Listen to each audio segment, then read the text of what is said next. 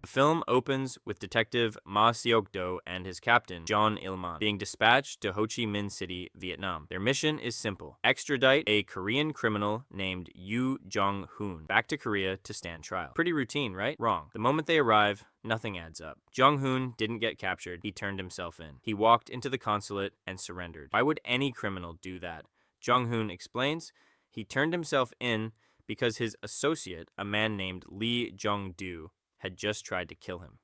Jong-hoon got scared, ran to the nearest authority figure, and essentially said, "I'd rather face Korean courts than face whatever Jong-do is tangled up with." Ma and Il-man immediately go to investigate Jong-do's hideout. What they find there ends the question of why Jong-hoon was so terrified.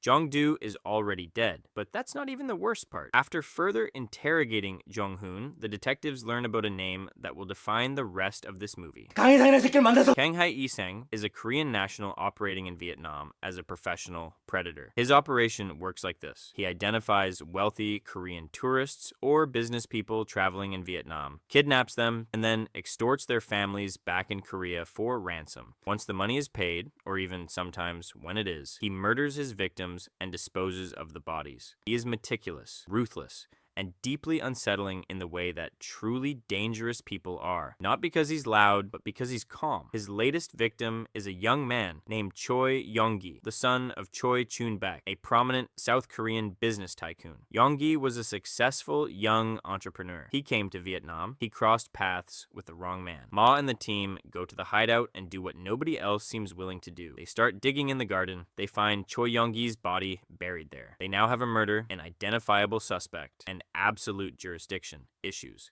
Because here's where it gets frustrating for both the detectives and the audience. The local Vietnamese police tell Ma and Il-man to drop it. For an investigation on Vietnamese soil, no formal arrangement in place. Despite being told to back off, the detectives quietly keep digging, figuratively this time. They learn through the Korean criminal underground operating in Vietnam that Choi Chun-bak, the grieving father, hasn't just accepted his son's death. He's already done something about it. He's hired mercenaries, a private kill squad, and sent them to Vietnam with one order: find Kang Hae-sang and end him. Kang comes back to his hideout. He knows something is off. He walks in, and one by one, he kills every single mercenary waiting for him. He doesn't panic. He doesn't run. He eliminates them methodically, then pieces together what just happened. Chun-bak sent these men. The father is gunning for him. And then Kang does something that catches even Ma Seok-do off guard. He goes on offense. Kang ambushes Ma and Il-man as they arrive to investigate the mercenary massacre. In the chaos and the dark, Kang strikes, wounding Captain John Il-man before disappearing. Shortly after, the detectives are formally deported back to Korea. Their brief Vietnamese adventure is over. Or so it seems, because before they even land in Seoul, they get the word Kang Hae-sang is no longer in Vietnam. He's heading to Korea. Back on home turf, Ma Seok-do shifts gears. He's not the foreign visitor anymore. This is his house. The first order of business is intelligence. Ma goes to see Jang Yi-soo, played by Park Ji-hwan, a former leader of the notorious Cobra Gang, who survived the chaos of the first film and has since reinvented himself as a legitimate tour agent and export businessman. Legitimate is doing a lot of work in that sentence. Jang Yi-soo still has connections throughout the Korean criminal underworld, and Ma knows it. The interrogation scene between Ma and Jang Yi-soo is one of the film's great comedic moments. Jang Yi-soo tries to play innocent. Ma Seok-do looks at him the way a mountain looks at a particularly persistent hill. Very quickly, Jang Yi-soo becomes cooperative. He gives up what he knows. A smuggling boat arrived recently. Possible method of entry for an individual trying to slip into Korea, off the radar. Ma's team cross-references the information with CCTV footage at Gongping Port. They find what they're looking for. Clear footage of Kang Hae-sang arriving in South Korea by boat. The killer is in the country.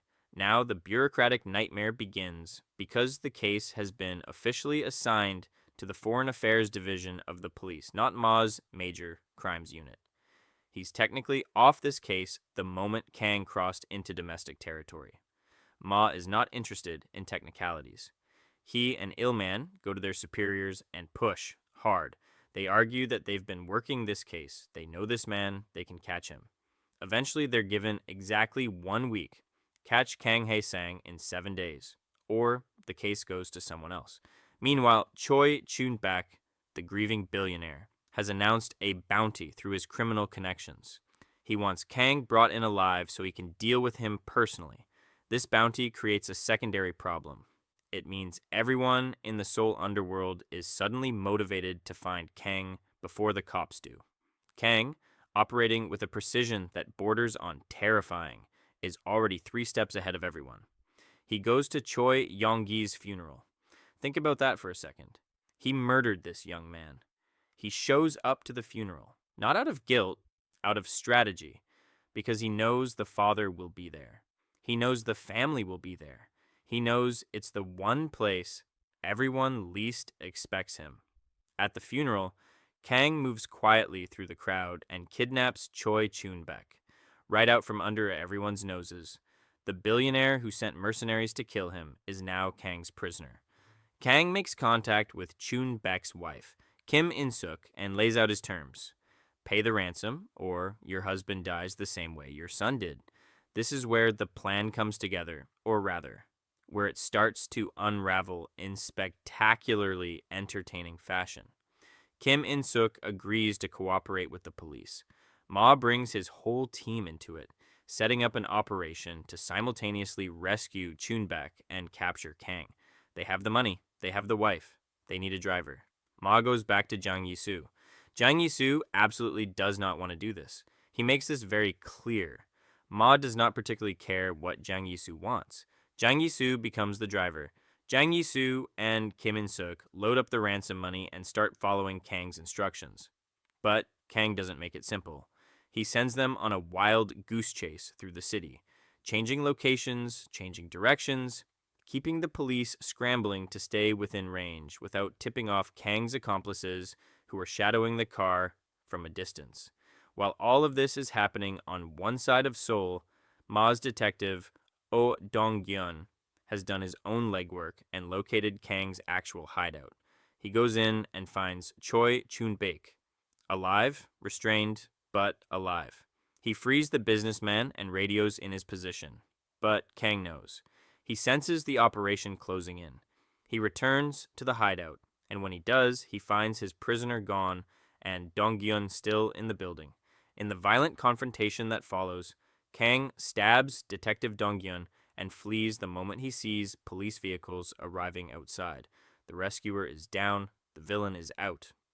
And across town, things go sideways for a completely different reason. Kang, knowing the police are onto his location, calls off the ransom pickup. His 2 accomplices are now on their own, operating without instructions, and they decide to just go for it anyway, to grab the money themselves. That's when Jang Yi-soo makes a decision that is both completely in character and spectacularly self-interested. He pulls up to a shopping complex, tells Kim In-suk to get out, and drives away with the ransom money himself. Ma's team intercepts Kang's 2 accomplices before they can harm In-suk, and that part of the operation succeeds. But the money is gone. Jang Yi-soo has taken it. The plan is in tatters. With everything falling apart, Kang makes the rational call. It's time to leave Korea. The police are closing in, the hostage is free, the ransom is scattered, there's nothing left to gain. He needs to get out of the country and disappear. But first, he needs money. He tracks down Jang Yi-soo's smuggler contact, the same network that got him into Korea in the first place. Through that connection, he learns that Jang Yi-soo is planning to escape to China by boat, and he knows exactly which port and which vessel. Kang arrives at the port.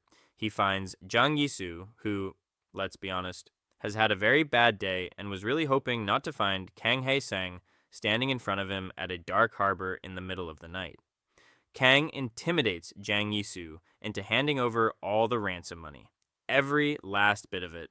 No negotiation, just the quiet, immovable certainty of a man who has killed many people and could very easily kill one more. Cash in hand, Kang moves to make his exit. He boards a bus heading away from the port area. A smart move, get in with civilians, make pursuit complicated, blend into ordinary life long enough to slip out of the country. The bus hits a tunnel, and it stops, because Ma Seok-do is on it. Jang Yi-soo, who apparently decided that some debts require paying, or possibly that he feared what the police would do to him, more than what Kang would, tipped off the detectives. Ma got there just in time. He boarded the bus in the tunnel, and now the two of them are face to face, surrounded by terrified passengers, in the narrow confines of a concrete tube. What follows is the fight that the entire film has been building toward. Kang Hae-sung is not a pushover. He's killed trained mercenaries. He's moved through this entire film like someone who has never lost a confrontation. He's fast, brutal, and utterly without hesitation. But he's never fought Ma Seok-do. The tunnel fight is extraordinary, not because of elaborate choreography or CGI spectacle, but because of its raw, bone-crunching physicality. Ma Dong-seok fights with his whole body.